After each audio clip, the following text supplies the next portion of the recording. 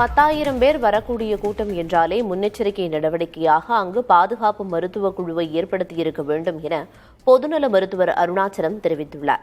இதுகுறித்து புதிய தலைமுறைக்கு அவர் அளித்த பேட்டியை தற்போது பார்க்கலாம். இந்த கூட்டத்தில் மருத்துவ வசதிகள் என்ன செய்திருக்கணும், அவசர முதலுதவிகள்லாம் செய்வதற்கான திட்டமிடல் என்ன செஞ்சிருக்கணும் சார்? பொதுவாக இந்த மாதிரி கூட்டங்கள் குறுகிய சாலைகளில் செய்யும்போது மருத்துவ வசதிகள் பிரதானமாக செய்ய முடியுமாங்கிறதே பெரிய கேள்விக்குறி. ஏன்னா ஒரு ஆம்புலன்ஸ் நிற்கிறதுக்கு இடம் வேணும்.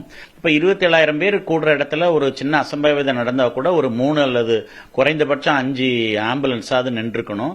அதுக்கு தேவையான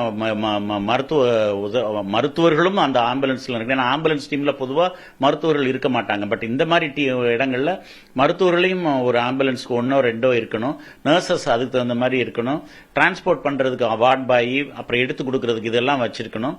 அப்புறம் இந்த மாதிரி கூட்ட நெரிசல்கள்ல ஷாக்ல ஒரு நெரிசல்கள்ல மூச்சு திணறி இறக்குறதுனால ஷாக் கொடுக்கறது கூட டிஃபிபிரிலேட்டர்ஸ் எல்லாம் வச்சிருக்கணுங்க.